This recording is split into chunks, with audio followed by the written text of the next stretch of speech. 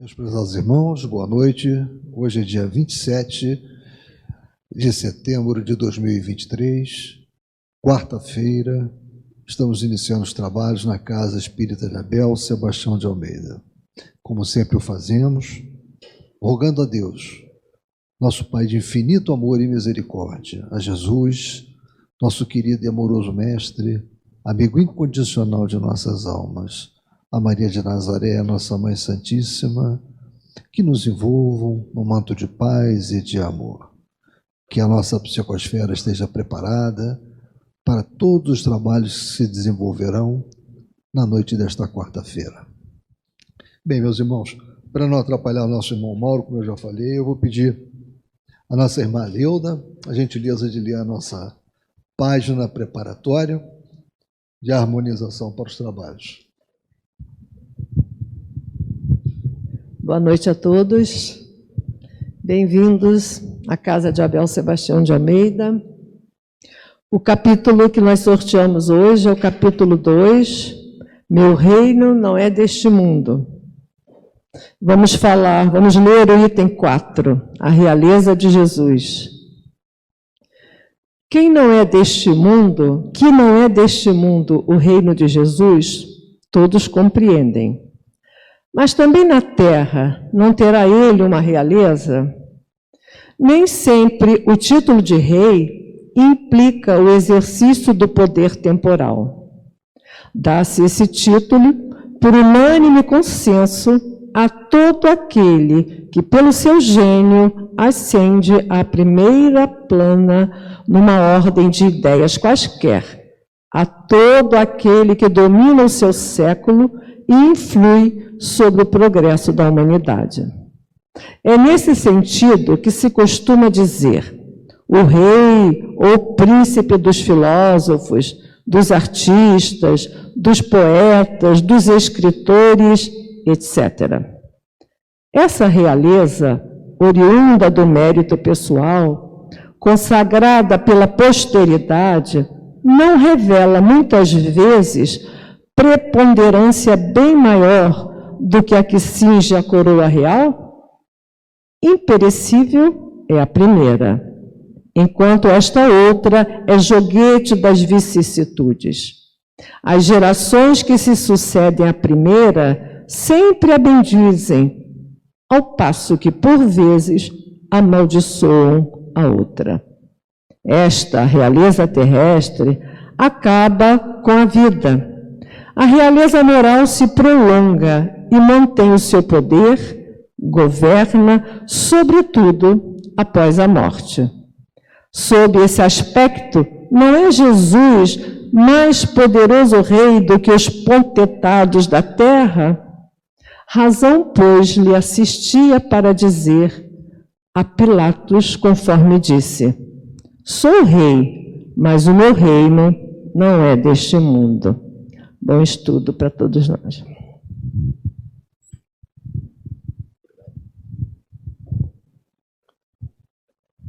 E, meus irmãos, então agora nós vamos dar continuidade ao estudo da obra Devassando o Invisível de Ivone Pereira, sempre com aquela perspectiva do EPA, Estado Permanente de Aprendizado. Como espíritas temos que estudar constantemente. Meu irmão tem a palavra. Frisou bastante, ela procura mostrar como a espiritualidade é concreta, né, em todos os seus aspectos. E aqui ela já vai partir para uma outra visão, lógico, mostrando que os espíritos também são concretos dentro da sua realidade, né? Então, capítulo 2, como se trajam os espíritos. Nos é dito, então, por Ivone, também os médiuns espíritas supunham que os desencarnados não se vestissem, mas diante do que a sua própria visão constata que deverão eles afirmar senão o que lhes dão a ver do mundo invisível. Isto é, que veem os espíritos trajados de vários modelos, e que isso é comum no plano espiritual? E por vezes até muito artística e suntuosamente trajados? Lembremos-nos então da admirável resposta de Joana d'Arc aos seus juízes, tratando de São Miguel, compreendendo que ela, há 5 séculos, não ignorava o que hoje a doutrina espírita expõe. Quer dizer, os médiuns, eles observam, né, que... É para gravação. Os médiuns observam que, através da visualização, da vidência, que os espíritos, de um modo geral, se mostram vestidos, né? Joana falou, pensas que Deus não tem como vesti-los? Ou seja, sim, os espíritos podem vestir-se, servindo-se dos ricos elementos esparsos pelo universo, aos quais acionam voluntária ou insensivelmente, valendo-se das forças do pensamento e da própria vontade. Ora, de tudo o que acabamos de observar, e atentos ao que expõe Allan Kardec, Leon Denis, Ernesto Bozano, William Crookes e outros, bem ao que os próprios desencarnados são incansáveis em confirmar, extrairemos as seguintes deduções. Então ele vai pegar e vai fazer um pequeno resumo de tudo que foi mais importante nesse capítulo. Ele primeiro nos diz o seguinte, ela nos diz que a mente do espírito desencarnado cria para a sua configuração individual a indumentária que deseja, valendo-se da própria vontade, segundo o próprio gosto artístico, a necessidade, a singeleza dos hábitos, a humildade do caráter e o grau de elevação moral, mental e espiritual, pois o espírito possui liberdade e aptidões naturais para assim se conduzir, né? Então, como nós observamos, né, e no livro dos médiuns tem aquele capítulo Laboratório do Mundo Invisível, né, onde tem o famoso exemplo da caixa de rapé, que é observada e como se fosse algo realmente palpável, eles se vestem conforme o seu interesse. Logicamente que cada um, dentro da sua condição, vai ter uma maior facilidade para expressar esse desejo e essa visualização através das vestimentas, né? Segundo, que a mente do desencarnado também poderá evocar os hábitos e usos passados, conservar as imagens dos trajes que preferiu, mesmo em existência remota, e imprimi-los na sensibilidade plástica do perispírito, e assim se apresentar aos seus iguais de além-túmulo, como aos médiuns em materializações espontâneas e individuais ou provocadas para a visão coletiva. A gente também frisa aqui que nem todos ainda, em determinada situação, vão se apresentar com aquilo que eles mais se afinizaram em uma determinada reencarnação, né? O Mauro pode ter sido um escravo na época do Egito, né? Falei escravo de propósito, porque todo mundo acha que foi rei, né? Em outras reencarnações. Então, o que acontece? O Mauro pode ir para o outro lado e inicialmente eu vou me apresentar como sou hoje, mas depois, talvez com o tempo, atingindo talvez até uma progressão evolutiva um pouco maior, aí eu me manifesto da maneira como eu me senti mais afinizado em uma determinada reencarnação. Eu me apresento do jeito que eu me sentir necessidade ou preferir, né? Emmanuel não se apresenta dessa forma, né, com aquelas características, então é a mesma coisa com os outros também. Que o espírito do recém-desencarnado poderá padecer o fenômeno de repercussão vibratória dos acontecimentos verificados no corpo carnal durante a crise do lento desligamento das energias fluídicas que o prendiam àquele por ocasião do desenlace, sobressaindo no dito fenômeno o detalhe assaz impressionante da natureza da indumentária com a qual o sepultaram.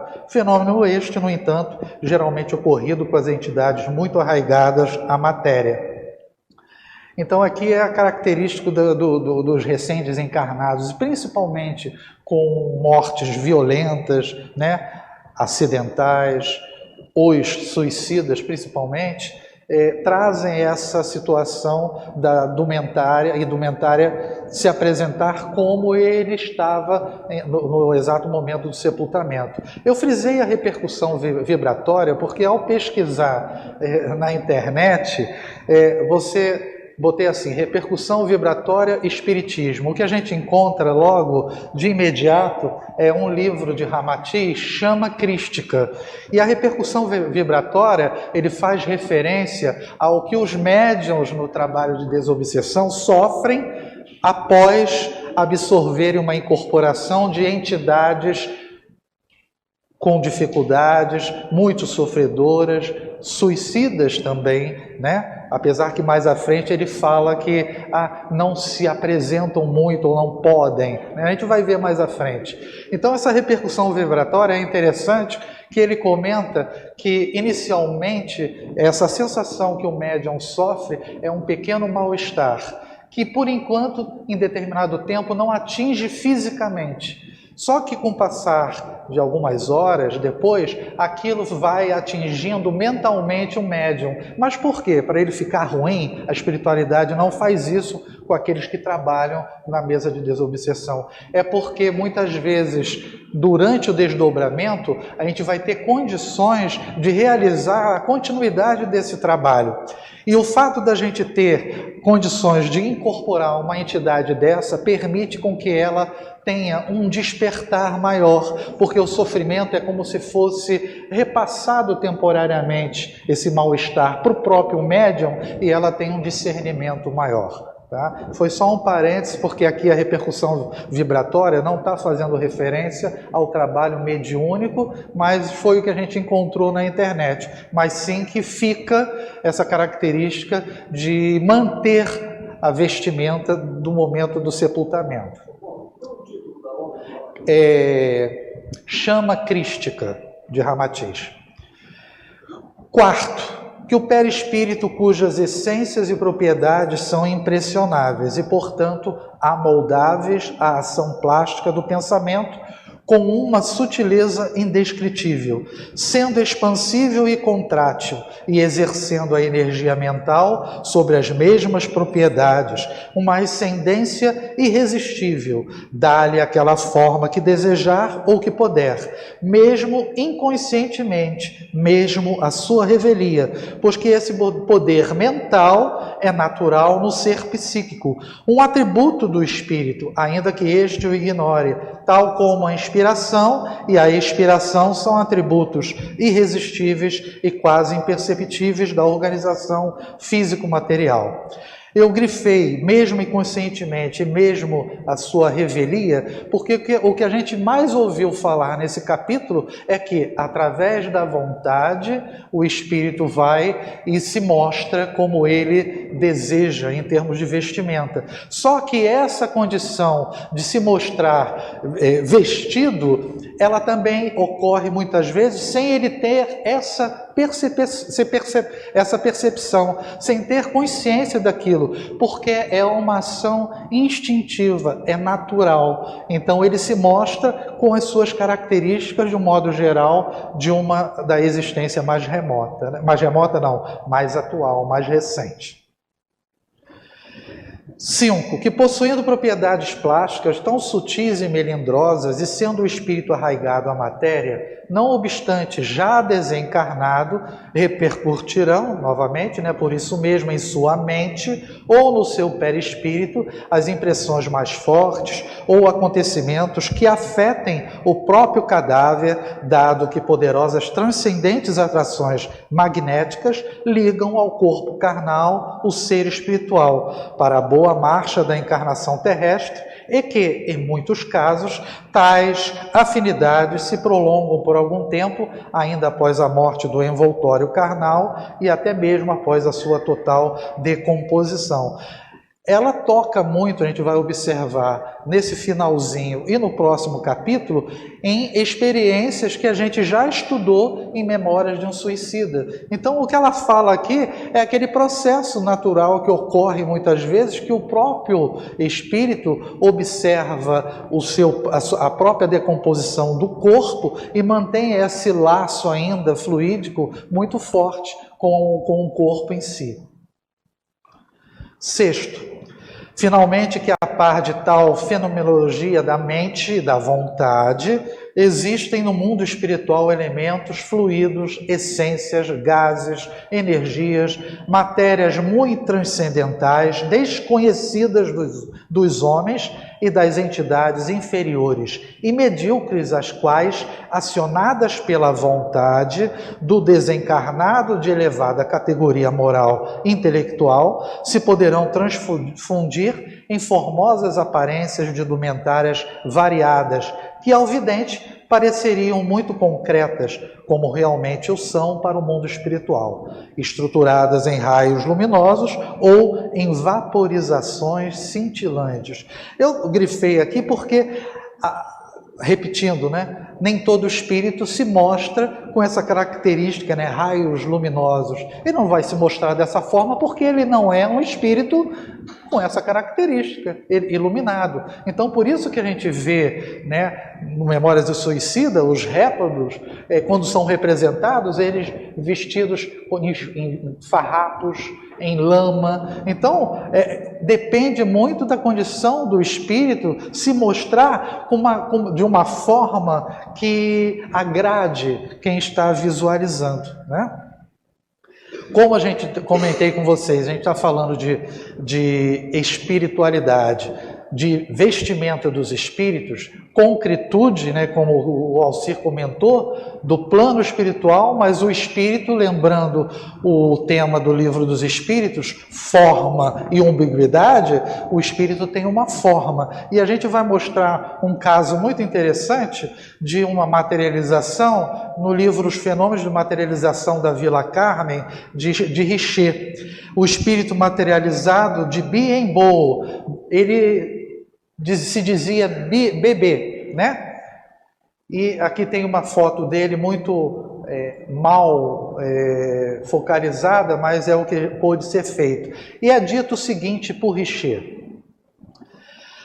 as pessoas que assistiram a essas experiências foram o general Noel, o senhor Gabriel Delane, que estava junto com Richer, e a filha do senhor Bi. Marte, 19 anos, é a médium, e uma jovem de 22 anos de nome Aisha. Em 1º de setembro, Marte e Aisha vão se sentar atrás da cortina e Bienboa ia e vinha pela sala. Bibi é o nome pelo qual o fantasma se designa a si próprio, pede que se faça a experiência da água de bário. O próprio espírito solicitou isso. Podíamos ver seus olhos abrindo e fechando e sua boca se movendo quando ele tentava falar. Parecia a tal ponto um ser vivo que eu imaginei a seguinte experiência. Tomei um frasco cheio de água de barita. Eu desejava saber se o fantasma, ao respirar, produzia o mesmo fenômeno das pessoas vivas, o ácido carbônico, cuja presença se revela pela alteração da cor da água deste tipo. Eu havia preparado uma garrafa contendo água de bário límpida e disposta de tal forma que, soprando em um tubo de borracha, seria possível fazer borbulhar o ar expirado na água de bário. Então, Bibi se inclina para fora da cortina. O general toma de minhas mãos o tubo de bário e o dá a Bibi, que tenta soprar, inclinando-se um pouco para a frente da cortina. Ele sopra com força, escuto as borbulhas. Então, ele me passa o tubo de bário. Eu constato que o líquido se tornou absolutamente branco. Confirmo que jamais retirei os olhos do frasco enquanto os gases de expiração borbulhavam na água de bário e que logo depois havia carbonato de bário, como pude constatar. O que houve, na verdade, na experiência em termos de química, né? Já que a minha professora particular me deu mais aulas durante algumas horas. Tá? O dióxido de bário, junto com a água, ela forma essa água de barita que é a figura 1, tá? Cristalina, como a gente está vendo. O espírito pegou um tubo, botou nesse recipiente e assoprou. expeliu o gás carbônico. Com o gás carbônico expelindo, o que provocou? O carbonato de bário, que é o sólido branco aqui. Então a gente observou o quê? Que a água ficou turva, o que demonstra que ele respirou ou assoprou como nós somos, como fazemos quando respiramos e expelimos um gás carbônico. Então isso foi uma prova que o Espírito se materializou, vimos pela foto ele vestido e também a questão aqui da respiração. E sabemos, né, como a espiritualidade nos coloca, que o Espírito não possui o pulmão, não possui os órgãos, mas vê, ouve, né, e fala da maneira como nós entendemos através do seu perispírito. Então vamos lá. E Bimboa estava no ângulo esquerdo do gabinete mediúnico, parecendo flutuar no ar acima de Marta, a médium, que se encontrava sentada. Enquanto Bibi soprava no frasco e se ouvia o gorgolejar do ar dentro do recipiente, eu disse a Delane: não perca Marte, né, de vista. E ele me respondia: posso ver Marta inteiramente. É só para mostrar que não estava tendo fraude, essa era a preocupação. E aí, para a gente se descontrair, o que aconteceu? Após essa extraordinária e emocionante experiência, aconteceu um incidente um pouco cômico, pois as coisas cômicas se misturam imprudentemente às coisas graves. Depois que as pessoas presentes constataram que havia ácido carbônico, ficaram tão entusiasmadas que aplaudiram dizendo: bravo, bravo. Então Bibi, que tinha desaparecido atrás da cortina, reapareceu por 3 vezes, mostrando sua cabeça e saudando como um ator que retorna à cena, chamado pelos aplausos dos assistentes. Só faltou ele fazer a referência, né, para poder mostrar: olha, muito obrigado, né? Continuando a leitura, Ivone nos fala: os homens, por sua vez, não se trajam igualmente com os produtos da própria mente?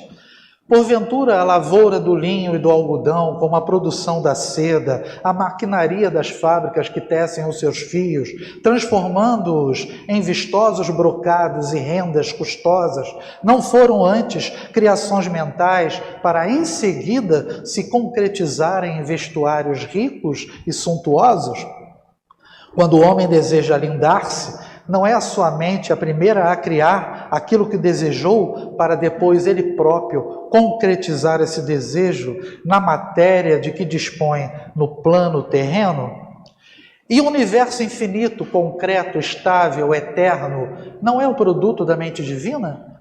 E não herda a humanidade do seu Criador parcelas da sua superioridade? Não fazemos parte desse universo e somos co-criadores, né? Porque nos é colocado, né? O que são os espíritos? Os seres inteligentes que habitam o universo. Então somos inteligentes e também participamos desse processo todo.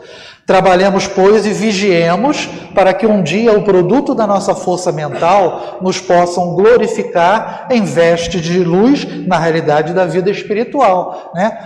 Nos transformando em espíritos superiores, vamos poder nos mostrar, né, de maneira luminosa. Como nós observamos nesse capítulo o tempo todo a questão da vontade, eu vou fazer um parênteses aqui, e a gente vai buscar no livro Pensamento e Vida de Emmanuel, quando ele nos fala, no capítulo Vontade, que a mente humana comparando a um escritório. Então tem os diversos departamentos. O do desejo, que opera os propósitos e aspirações, o departamento da inteligência, dilatando os patrimônios da evolução e da cultura, o departamento da imaginação, amealhando as riquezas do ideal e da sensibilidade, e o da memória, arquivando as súmulas da experiência. Mas ele afirma nesse capítulo que acima de todos esses departamentos, o gabinete da vontade está, entre aspas, no comando, né? E ele nos fala, pincelei só as coisas mais importantes que eu considerei. A vontade é a gerência esclarecida e vigilante, governando todos os setores da ação humana ou mental, né? Aí eu boto um parêntese. nós somos esclarecidos e vigilantes. Então, por isso que a nossa vontade, em determinados momentos, ela vai para um rumo que não deveria ser, né? Ela é o leme, ela direciona todos os tipos de força incorporados ao nosso conhecimento, né? Se a vontade é o que direciona e temos a questão do conhecimento, o nosso conhecimento pode ir para o bem ou para o mal. Senão, todas as pessoas que são inteligentes, forçosamente seriam o quê? Espíritos superiores, mas não, porque tem inteligência, mas não tem a moral. Por isso a questão das duas asas, né? E ele continua: a eletricidade é energia dinâmica, o magnetismo é energia estática, o pensamento é força eletromagnética. Pensamento, eletricidade e magnetismo conjugam-se em todas as manifestações da vida universal, criando gravitação e afinidade, assimilação e desassimilação nos campos múltiplos da forma que servem à arrumagem do espírito para as metas supremas traçadas pelo plano divino.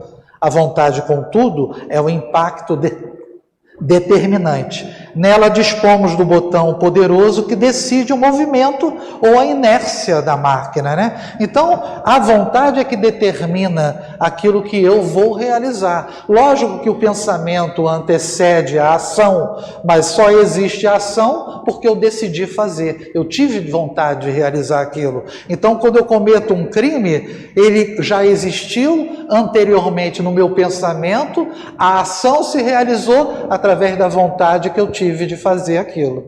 Por isso que ele coloca como uma vontade acima daqueles departamentos todos. E lógico que o capítulo fala de vontade no sentido muito simples de se mostrar, mas ela é muito mais um instrumento muito poderoso e maior que deveria ser vigilante o tempo todo, né? Nós. Capítulo 3, né? Partimos. Frederico Chopin na espiritualidade. Aqui a gente vai ver muita coisa que foi repetida, né? Em relação a memórias de suicida, porque inclusive foi um capítulo que na época da pandemia eu acabei tendo que fazer, né? Ele e o Vitor Hugo, né? Naquela ocasião. Então ele começa com a questão do desdobramento, que a gente já cansou de conversar e falar lá em Diversidade dos Carismas. Durante o sono, a alma repousa como corpo, né? Está no Livro dos Espíritos isso. É a pergunta 401. E a resposta: não, o espírito jamais está inativo. Durante o sono, afrouxam seus laços que o prendem ao corpo, e não precisando este então da sua presença, ele se lança pelo espaço e entra em relação mais direta com os outros espíritos, né? Questão do desdobramento. No importante livro Fatos Espíritas, de William Crookes, o sábio investigador das personalidades invisíveis, existem estes dois tópicos. O primeiro, referente a aparições de mãos luminosas visíveis à luz ordinária. O segundo, tratando das célebres materializações do espírito de Kate King. Transcrevemos ambos no início da presente crônica, porque o julgamos testemunhos adaptáveis a outras materializações que temos presenciado, não obstante serem estas categoricamente espontâneas e não provocadas como as primeiras. Então, em Fatos Espíritas, o William Crookes diz: nem sempre ela, a mão, é uma simples forma, pois algumas vezes parece perfeitamente animada e graciosa. Os dedos movem-se e a carne parece ser tão humana quanto a de qualquer das pessoas presentes. Né? Página 42 da 5ª edição da FEB. Kate nunca apareceu com tão grande perfeição. Durante perto de 2 horas, passeou na sala, conversando familiarmente com os que estavam presentes. Várias vezes tomou meu braço andando e a impressão sentida por mim era de uma mulher viva que se achava a meu lado e não de um visitante do outro mundo. Isso está na página de 70 da 5ª edição. E aí a gente buscou apenas as fotos para verificar que a mão realmente está bem nítida, né? E aqui nós temos a Florence Cook, que é a médium, né? E a Kate King, o espírito. O William Crookes e a Kate ali do outro lado, e observem as mãos bem nítidas na materialização de Kate, né?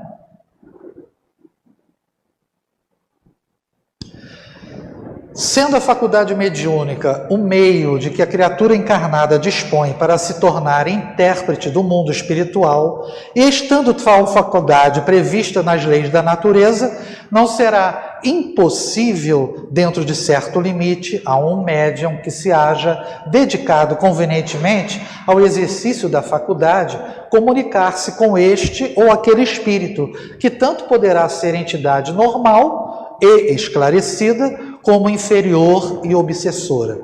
Ernesto Bosano, sábio psiquista italiano, que os espiritistas estudiosos tanto acatam, em uma de suas admiráveis obras, declara que, entre as entidades inferiores, talvez somente os chamados réprobos jamais possam comunicar-se com os médiuns. Então a gente lembra de Memórias do Suicida mais uma vez. Quando a gente vai buscar no dicionário, réprobos significa os excluídos, né? E o suicida, no caso, naquele momento inicial, ele se comporta e tem essa denominação, tanto que é um dos primeiros capítulos de Memórias do Suicida, os réprobos. A gente não pode esquecer, por isso que a gente bota uma interrogação no que foi dito, que não podem se comunicar com os médiuns, não podem naquela condição inicial, para não causar um dano muito maior ao próprio médium, né? Então não há essa possibilidade, mas não podemos esquecer, e Memórias do Suicida mostrou isso, que foi toda uma trajetória de Camilo, passando por uma condição de réprobos e seguindo, né, a trajetória com bastante sofrimento, mas em recuperação o tempo todo. Quando ele atinge um determinado nível, e vai vir mais à frente isso, ele tenta se comunicar com os médiuns. E se comunica, mas a gente vai ver que ele teve a dificuldade. Então vamos ver qual foi a dificuldade dele mais à frente. E aí ele continua: o que nos induz a concluir que tais espíritos, os réprobos, portadores de vibrações viruladas, quer dizer, doentias, por múltiplos prejuízos, tão contagiosas quanto a mais perigosa peste, poderiam, com sua presença, no fenômeno de incorporação, quando é franca a permuta de vibrações, levar os médiuns a enfermarem gravemente ou até mesmo morrer. Os grandemente iluminados lutariam de seu lado com dificuldades para plena harmonização com o médium, dada a inferioridade moral vibratória deste. O que ele está querendo dizer que os espíritos superiores sentem dificuldades de manter uma comunicação com o médium, porque a nossa vibração ela é baixa, né?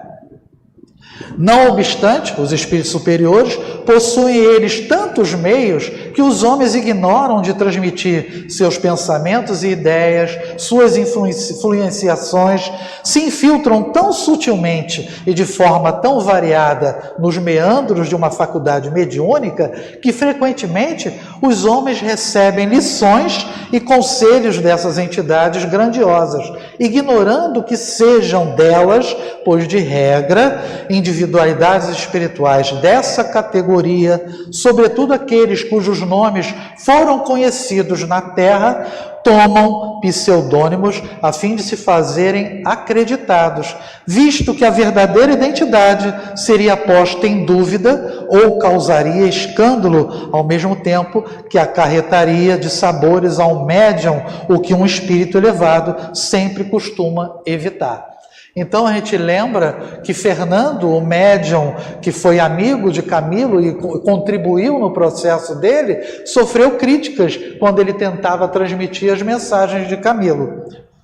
Camilo Castelo Branco, ela vai entrar no problema dele, o eminente escritor lusitano, amplamente conhecido, um dos nossos mais antigos amigos espirituais, que desde os nossos 12 anos de idade nos aparecia em visões nítidas, queixava-se amargamente como espírito de se ver com frequência corrido de junto dos médios com quem gostaria de se comunicar, enxotado dos centros espíritas sob acusação de mistificação, apenas porque o seu maior prazer seria testemunhar ao mundo a própria imortalidade e um noticiário copioso do além, o que o levava necessariamente a se apresentar com a sua verdadeira identidade. A gente lembra que ele queria apenas mostrar, olha, eu estou vivo, eu me matei e não adianta nada, né? Ele queria mostrar a experiência que ele passou, mas era considerado mistificador. No entanto, aceitava-no sem objeções quando ele, no desejo de falar com os mortais, passava a mentir e enganar. Agora sim ele mentia, né? Afirmando chamar-se Camilo da Silva aqui, José Camilo Botelho ali e mais além Camilo da Fonseca, pobre professor português que tivera a desdita de se suicidar por motivo de dificuldades financeiras. Mas por que não aceitavam Camilo, o escritor?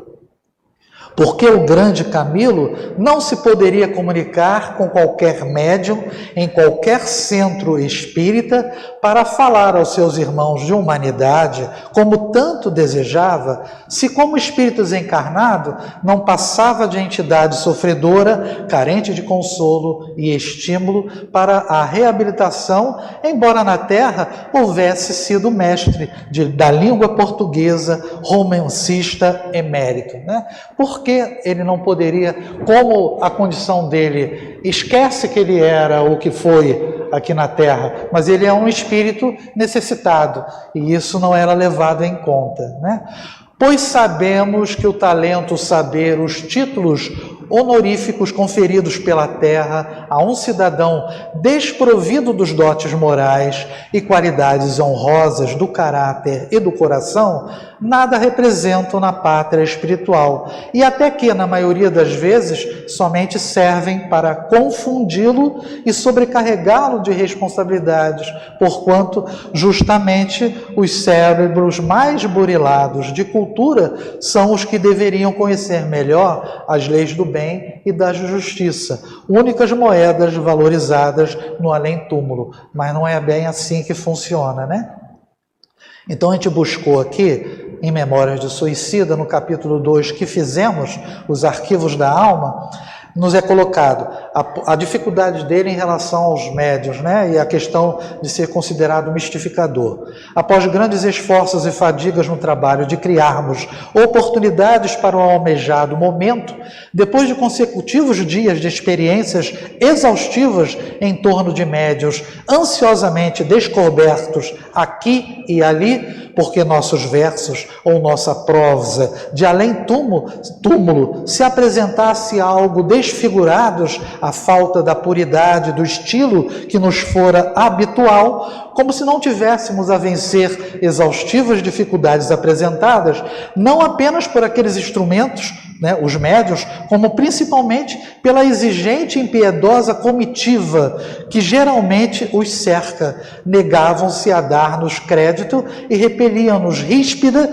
e chocantemente, servindo-se para as críticas com que nos recebiam de zombarias e remoques ofensivos, impróprios de corações educados, correndo conosco como a vagabundos e indesejáveis do astral, acompanhando-nos, acoimando-nos de mistificadores e mal intencionados. Então ele encontrou duas dificuldades: os médiuns mal preparados para captar o que ele desejava informar, e a dificuldade dele de transmitir da mesma forma como ele era quando escritor aqui na Terra, porque ele estava num processo de recuperação. Então a condição dele não era ainda muito tranquila nesse sentido.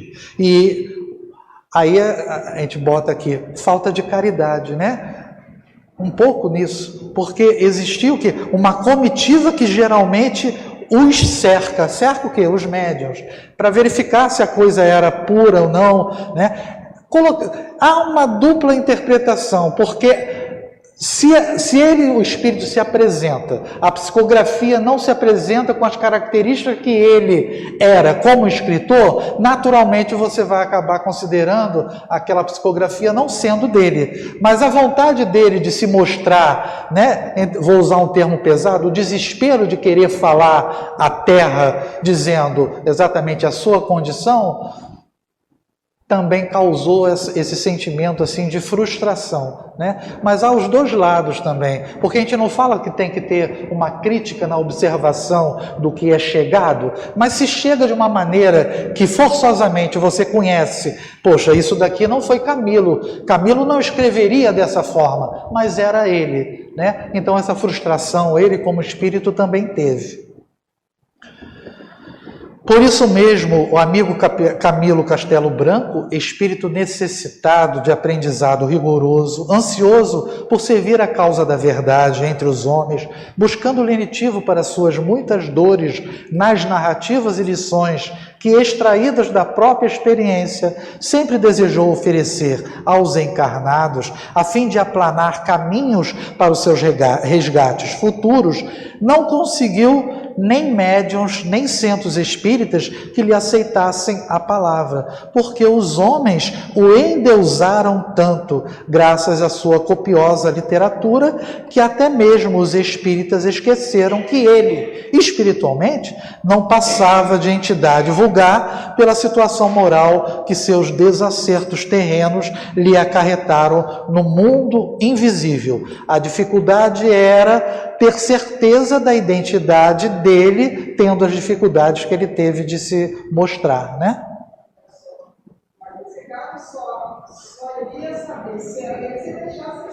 Sim, exatamente.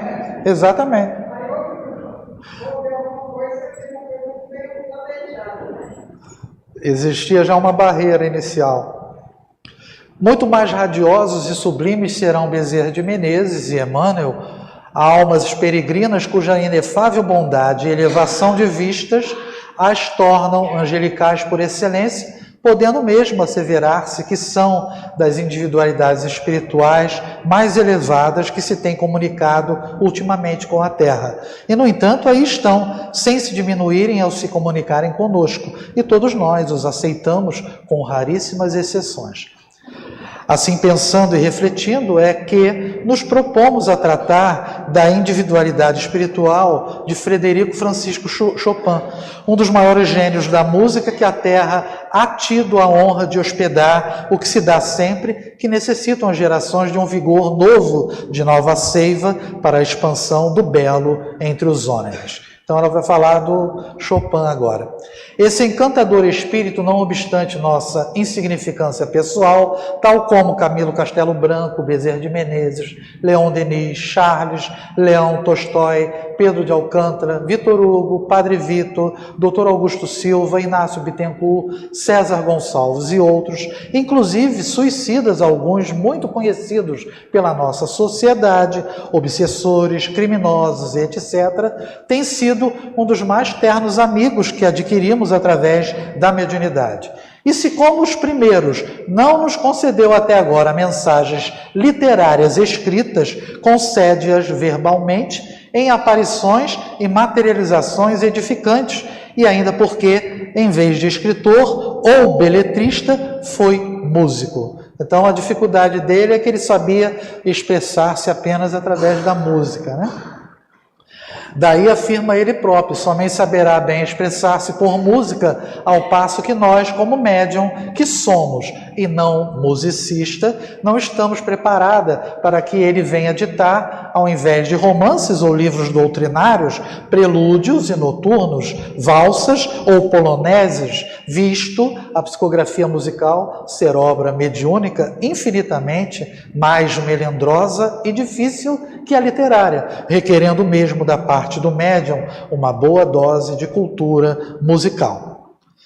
Entretanto, tem ele endereçado páginas carinhosas como cartas a alguns amigos que dele solicitaram, por nosso intermédio, conselhos e sugestões sobre música.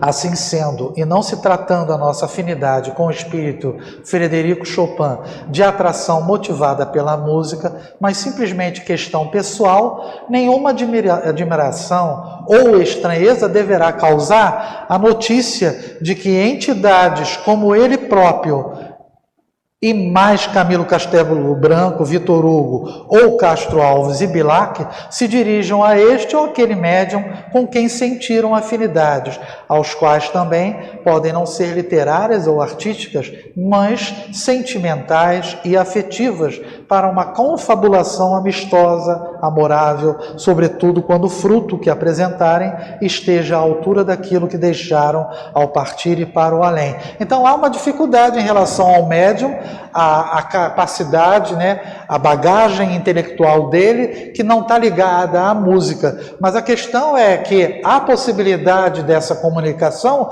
pela afinidade de sentimentos.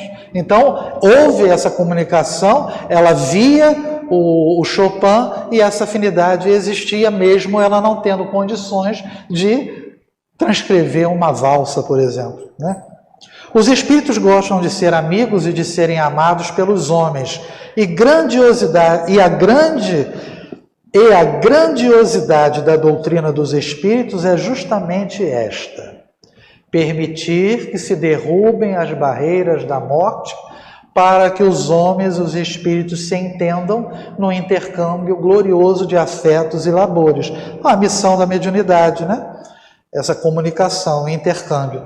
Geralmente os espíritos se apresentam aos médiuns voluntariamente e gostam de contar-lhes o que sentem, o que fazem, como vivem, as primeiras impressões e desapontamento que os surpreenderam, o que sofrem e o que pretendem, seja no intuito de instruírem os homens, ajudando-os no progresso a realizar, seja testemunhando a própria imortalidade, ou visando a se tornarem lembrados dos seres queridos aqui deixados, amigos e admiradores, ou ainda fiéis aos labores de um resgate necessário à sua honra espiritual. Não deve ser fácil para esses espíritos conhecidos, que a gente vê hoje, então, a difusão que é das notícias, a popularidade que eles atingem no mundo inteiro, diferente na época de Chopin também, porque existia, lógico, os núcleos de cultura, a Europa principalmente, mas hoje em dia tudo se espalha muito facilmente. E na espiritualidade eles sofrem todo esse movimento quando desencarnam naqueles que os adoravam como artistas, de um modo geral. Alguns, como o próprio Chopin, gostam da Terra, visto que é sempre vivamente atraído para os planos terrestres por forças telepáticas poderosas. Ele próprio afirma, em confabulações com que nos tem honrado em ocasiões encantadoras para a nossa sensibilidade mediúnica, que aqui no Brasil existem reencarnadas personalidades que lhe foram muito caras no passado e que no momento lhe é muito grato enviar notícias aos homens. Interessa-se profundamente pela doutrina dos espíritos, pois confessa que, em suas existências passadas, não chegou a se dedicar fielmente a nenhum credo religioso, não obstante estivesse convencido da ideia de Deus, da imortalidade da alma e da eternidade e da imutabilidade das leis divinas. Sua religião tem sido, através dos milênios, as artes, pois afirma ter vivido em várias épocas sobre a Terra, sempre como artista destacado. Ele serviu mesmo como gênio inesquecível às belas artes, à arquitetura, à pintura e, finalmente, à música, que parece ser o ponto culminante das artes em nosso planeta, o ápice da sensibilidade que um gênio da arte pode galgar no estado de encarnação. Quer dizer, aqui é uma colocação interessante, Considerando um estágiozinho, eles, pelo menos considerado aqui como a música sendo um patamar muito maior, Interessa-se igualmente enternecido pelo Esperanto, cuja perspectiva abrange numa visão futura, deslumbradora, ainda porque se sensibiliza com o fato de haver sido polonês o gênio criador autor do brilhante idioma. Lázaro Zamenhof, seu compatriota, pois Frederico Chopin, apesar de ser entidade evoluída, conserva ainda certos preconceitos muito humanos, como, por exemplo, a reminiscência do seu amor pelo berço natal, a Polônia, sempre que paira pelas atmosferas terrenas, o que nos leva a confirmar o esclarecimento contido nas obras doutrinárias de que um século seria, para um espírito desencarnado, como algum pouco tempo para nós, e não será o grande músico um caso isolado. Então ele mantém ainda muitas características relacionadas à sua encarnação. Leon Denis, considerado apóstolo do Espiritismo, é tão patriota como espírito como foi em vida terrena. E o nosso Bezerra de Menezes revela visivelmente a sua predileção pelas coisas do Brasil sempre que possível. No entanto, seria erro supor que artistas geniais, só pelo fato de o serem, se santificassem ou se tornassem espiritualmente superiores, né? Artistas e também, de um modo geral, os intelectuais, né? Por isso que a gente comentou da questão da inteligência. Os grandes gênios, né? Após o decesso corporal. Como homens, eles cometeram muitas vezes deslizes graves, rastejaram pelas camadas inferiores da moral, o que os fez sofrer no espaço. Períodos críticos, humilhações e vexames de que estariam isentos se, a par do ideal superior que abraçaram, como veros artistas, cultivassem também sólida crença em Deus, respeito por suas leis e moral elevada, né? O campo artístico, muitas vezes, é um campo de queda, né? O meio artístico é muito complicado muitas vezes, né? A fama sobe a cabeça e rapidamente às vezes se perde, né? Basta retrocedermos ao passado, examinando a vida de sofrimentos e provações que a maioria dos artistas geniais houve de enfrentar neste mundo para aquilatarmos do grau dos seus deslizes anteriores, muito embora fossem gênios consagrados à arte, desde períodos milenares, talvez, através das reencarnações. Referindo-os a artistas geniais, assim se expressa Leon Denis no capítulo 26 da sua obra No Invisível. São homens, sim, em tudo o que tem de terrestre por suas fraquezas e paixões. Padecem todas as misérias da carne, as doenças, as necessidades, os desejos materiais. O que, porém, os faz mais que homens, o que neles constitui o gênio. É essa acumulação dos tesouros do pensamento, essa lenta elaboração da inteligência e do sentimento através de inumeráveis existências, tudo fecundado pelo influxo, pela inspiração do alto, por uma assídua comunhão com os planos superiores do universo. O gênio, sob as 1000 formas que reveste, é uma colaboração com o invisível, uma assunção da alma humana à divindade. Mas tem que estar ligado às leis divinas, né? Por isso mesmo, muitos deles retornaram a reencarnações obscuras na própria Terra após curto estágio no além, assim acontecendo ao próprio Chopin, considerado suicida inconsciente na espiritualidade, o qual se submeteu a uma nova existência curta, humilde e apagada, mas triunfante e meritória para si próprio, depois da glória imortal com que presenteou o mundo. No momento, porém, podemos afirmar convincentemente, graças a um convívio assíduo e fecundo com beneméritos amigos invisíveis, que os nobres artistas do passado, exceção feita de alguns poucos, se encontram reunidos na pátria espiritual, onde progridem e se habilitam para, em ocasião oportuna, voltarem em falanges brilhantes, a fim de viverem nas sociedades terrenas, servindo a arte, a qual, então, alcançará um inconcebível fastígio, como ao amor a que não serviram ainda, pois eles próprios têm feito tais confissões sempre que lhes é permitido confabular com os médios. Confessam outros, sim, o grande desgosto que os acompanham quando reconhecem que no estado de encarnação, arrebatados pela arte, esqueceram os caminhos luminosos conducentes à redenção espiritual, o que nos leva à conclusão de que a arte, por si só, não redime ou santifica o artista. Ele necessitará, além do cultivo do amor a Deus e ao próximo, da excelência de uma fé inquebrantável nos princípios divinos, pois a lei que Todo-Poderoso emanou para orientar o trajeto evolutivo das criaturas não foi diferente para os artistas. Foi sim a mesma, invariável e eterna. Amor a Deus sobre todas as coisas e ao próximo como a si mesmo. Não obstante, é fato observado que o verdadeiro artista, o artista enamorado do ideal da perfeição no belo ou gênio, e não apenas o artista mercenário, jamais carrega perversidade nos próprios atos.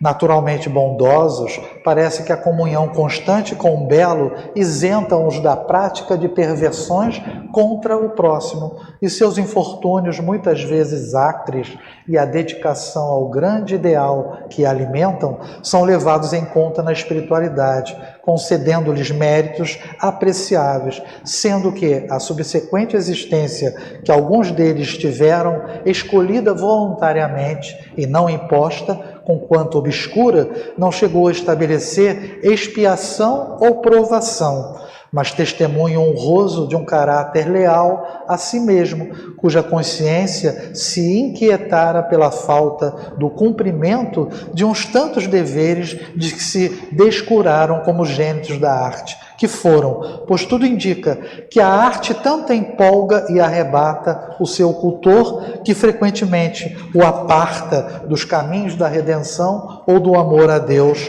e ao próximo. Quer dizer, a arte, a vida do artista, que poderia ser um instrumento de elevação própria, nem sempre isso ocorre e acaba sendo um instrumento de queda, Bem, nós encerramos o nosso tema, cravado 8h30, e agradecemos a todos a paciência, e que possamos ter um momento de auxílio aos nossos irmãos sofredores. Muita paz a todos.